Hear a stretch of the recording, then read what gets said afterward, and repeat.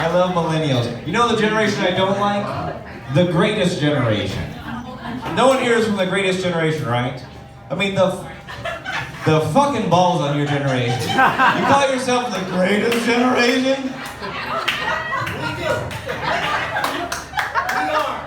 And your parents, they were called the silent generation.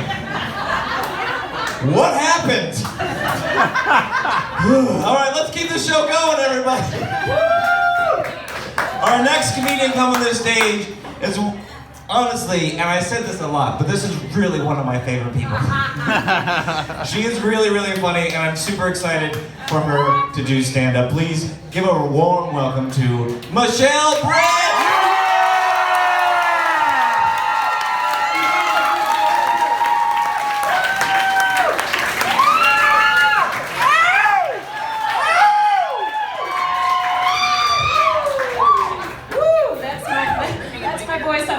So I think they're pretty happy that that doesn't happen on the regular.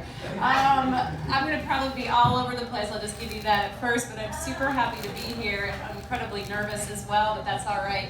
I figure either I'm going to vomit, which I may, and that's okay. You're like, wow, Michelle Britt's actually not really fucking funny. She sucks. Or you're like, what the fuck was that bitch wearing? And I'm like, I don't know either. But I was so happy because I travel all the time, and I bought this on this little island in the Philippines. But that doesn't scare me. You put me in Africa, you put me in the Philippines, you put me in Brazil, all by my little old self, and I'm good. You put me in front of you, I'm like, fuck my life. So I bought this when I was in the Philippines, like, what the hell am I ever gonna wear that? And I'm really a minimalist. It has a little anchor on the thing. I'm a minimalist. I moved into a new place 2 years ago. I had 7 boxes. I was so excited, but I kept this. And today I was like, this is why you have this outfit, Michelle. A friend made this from Africa into this little vest thing. My underwear, I'm not going to show you, those are from Panama. Oh, yeah. My are from Mexico. So I was like, I'm okay. I feel all right, even though I may look a little crazy, but that's okay. I wear stuff to class sometimes, and my students are like, what are you wearing? I was like, I don't know either. Also, I just don't want you to be misled. There is nothing on here of substance. I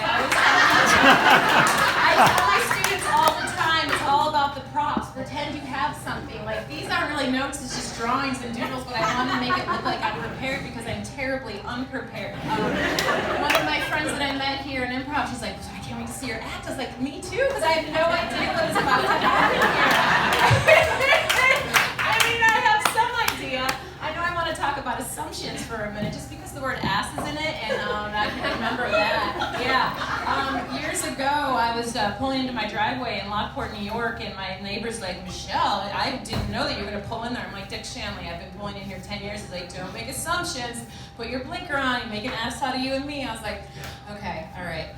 So I think assumptions for me, people have assumptions about me that I've read certain books. For instance, Eat, Pray, Love. So many people are like, oh, you must love Eat, Pray, Love. I will never fucking read Eat, Pray, Love because you specifically told me, A, to read it, so I actually have that, what is that called when you don't want to do things people tell you? Combative personality. I'm also very competitive, and I also never read anything. I don't know shit about grammar. I can't spell worth anything. When I was in kindergarten, everybody was being tested for their ears, right? Because that was the cool thing. Nobody did ADHD, dyslexia, AP, whatever that is. Guaranteed that I had those if someone were to diagnose me. All I wanted was those fucking ear things that make you hear. What are they called? I can't even think right now. Hearing aids, yeah. Pam is the only one that got them. That bitch Pam. And I was like so resentful for the rest of my life. That's another story for another day. So now here I am at my age, and this dyslexic ADHD is a teacher. Yes, she is indeed. And not just a teacher, she's an English teacher. Not just an English teacher, an English professor.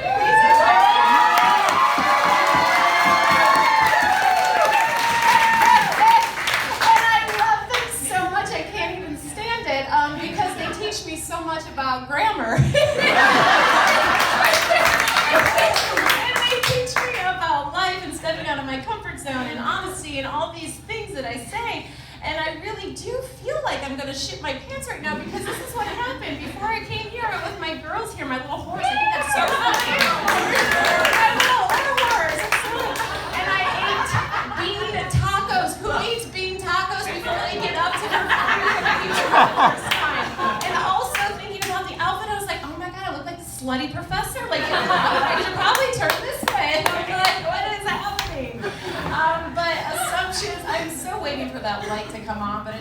So don't you worry. Grammar is a thing that I don't really know. I had a TA years ago say, I really want to teach a teaching assistant. I really want to teach our students, gerunds. I was like, what the fuck are gerunds? I had to Google it, and it's ing words now. I know this. That's probably the only thing I do know about grammar. However, I do know that I like being outside. All my classes are outside. I also know that I love all people. I don't necessarily like all people, but I love all people. There is one person in this town, in this world, I don't like, the Harris Teeter manager. I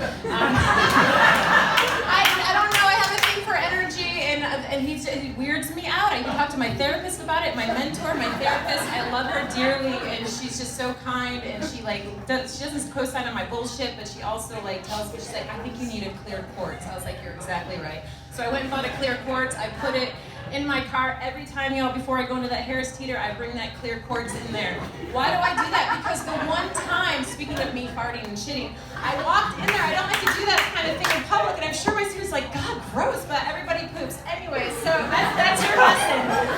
So tell your parents that's what they're paying for.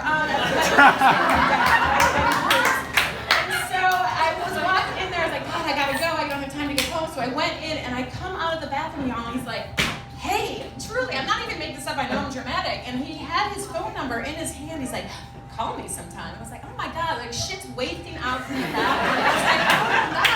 All right, so this goes on for years. I just was in there a month or two ago, and he comes up to me. I go to the Pop-Tart aisle. You never go to the Pop-Tart aisle. I should have known better. And I left the crystal in my car. I should have went back for it. I usually do. So I don't have to do stuff. I'm looking at the fucking Pop-Tarts. Obviously, I don't eat, right? So looking at those, and he comes up to me. He's like, Michelle? I'm like, how the fuck do you know my name?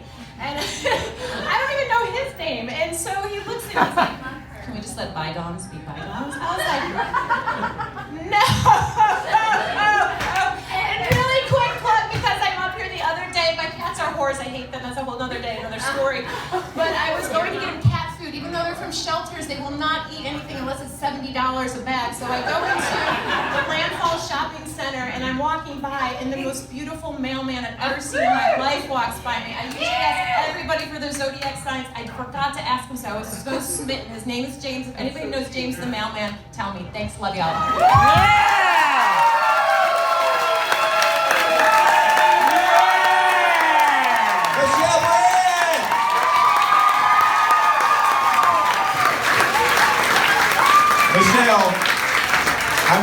Michelle, hey, I'm still waiting for you to call me. My day job is Harris Teeter manager. That's how I know Michelle. And it didn't stink, Michelle. It smelled like roses. By the way, we've got new Pop-Tarts, so come on by. You liked it, right?